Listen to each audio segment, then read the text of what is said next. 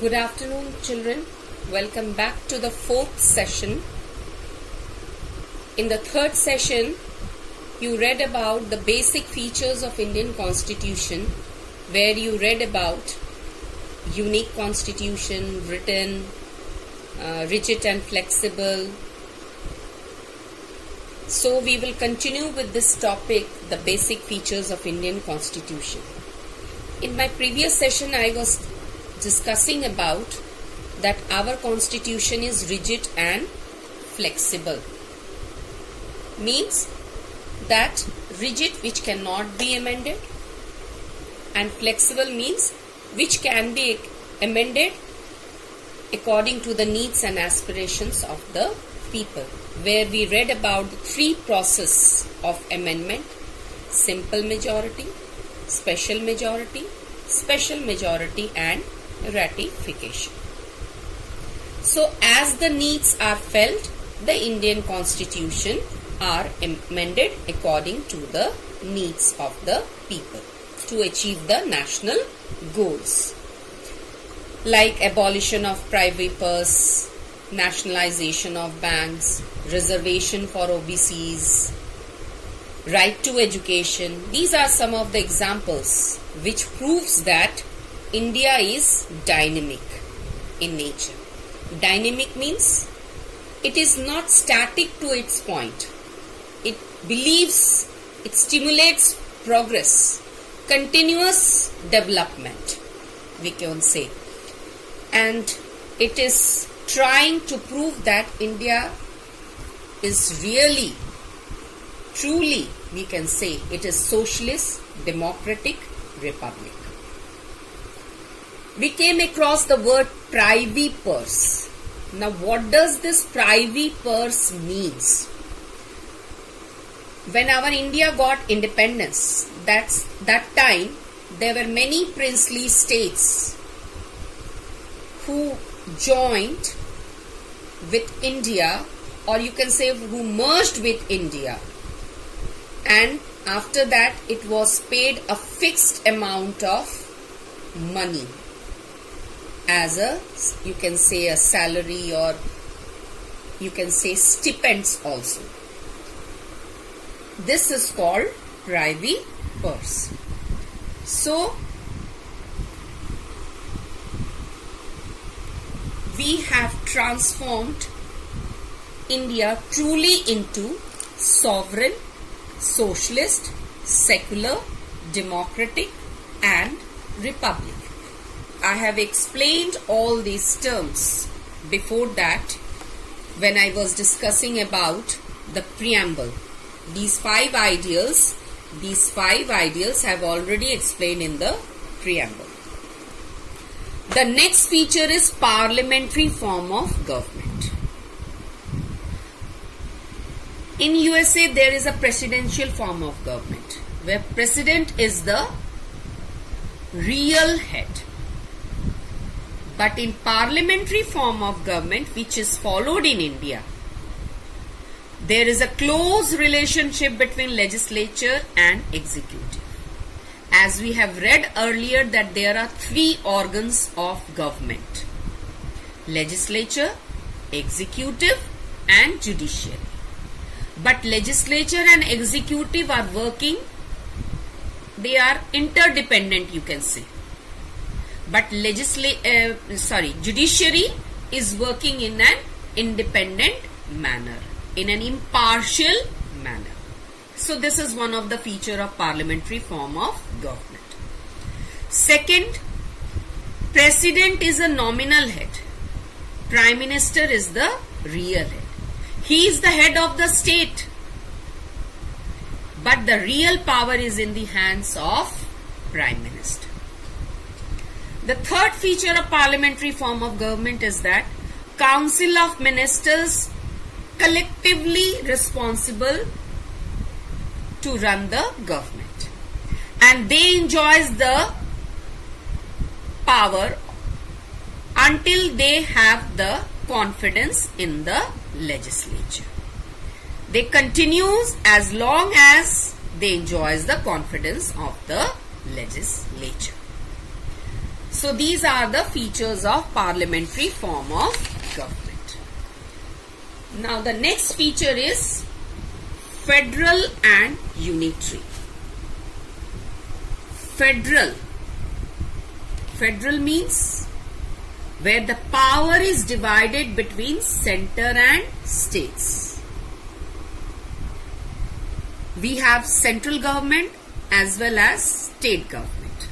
In 28 states we have state government, different state governments are there. But it is unitary in nature. Unitary means uni means one. Center is very much powerful. That's under the center. Provinces are working as subordinates. Absence of separate constitution is there. Rights of parliament is there to amend major portions of constitution. Emphasis is laid on the fact that India is a single united nation. It is described as union of states. Means 28 states make India a state.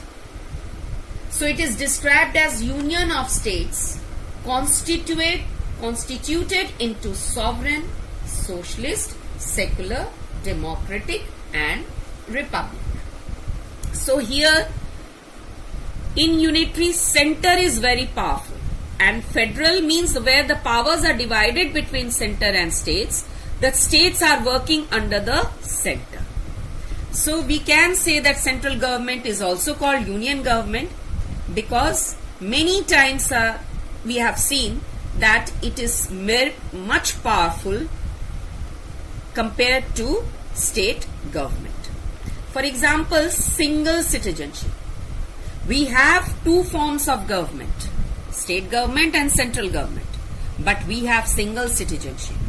We always call ourselves as Indians. We don't say that we are Biharis, or we say we are Marathis or Bengali. We always say that we are Indians. Second, we can say how it is unitary in nature, that Supreme Court is the apex court. In all the states we have high courts, but high court is under Supreme Court. So we can say that strong center is there under whom different state governments are there. We can also take an example of the three lists. In the coming chapter we will read about this three lists: union list, state list, concurrent list. Through list also we can prove that India is unitary in nature, because union list contains more subjects. It contains 97 subjects. It has also important subjects like defense, finance, railways, etc. And also center has overriding authority over the concurrent list. Even in the case of residuary subjects also, the laws made by the center prevails. So we can say that here the center is more powerful.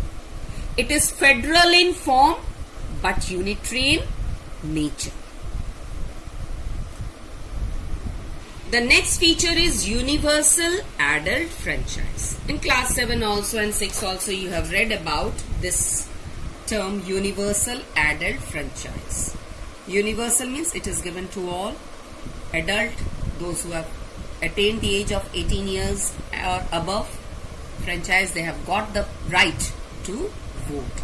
Means every citizen of our country is entitled to vote above 18 years of age without any discrimination on any grounds. The next feature is single citizenship. Means we don't say that we have dual citizenship like America. We have single citizenship. Whether we live in Bihar or whether we live in Bengal or whether we live in Punjab or Uttar Pradesh or Andhra Pradesh, we always say that we all are Indians. The last point is the single integrated judicial system. Single integrated judicial system. As I have told you that judiciary is the third organ which is working in an independent and impartial manner.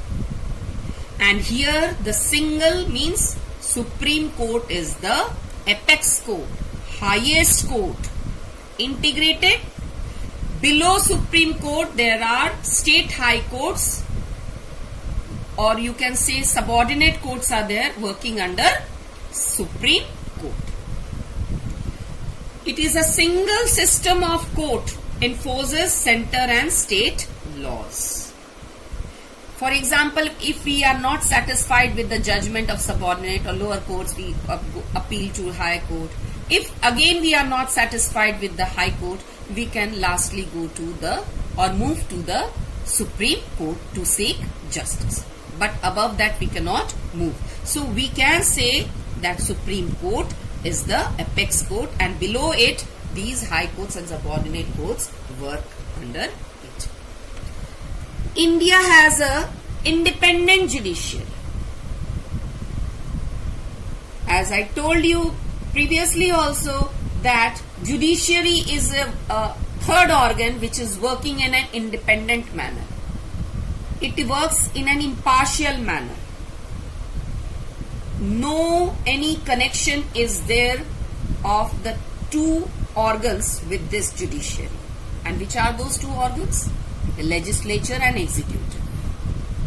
This judiciary is the third organ which doesn't favor any legislature. It works in an independent manner, in an impartial manner. It does not have any biased decision over anyone. The last feature of Indian Constitution is fundamental rights, directive principles, and also fundamental duties. As we are the citizens of our country, we have fundamental rights. In the coming chapter again, we will read about the different fundamental rights: right to equality, right to freedom of religion, right against exploitation, cultural and educational rights, right to constitutional remedies. So we will come across all these rights in the coming chapter, and there we will discuss in detail.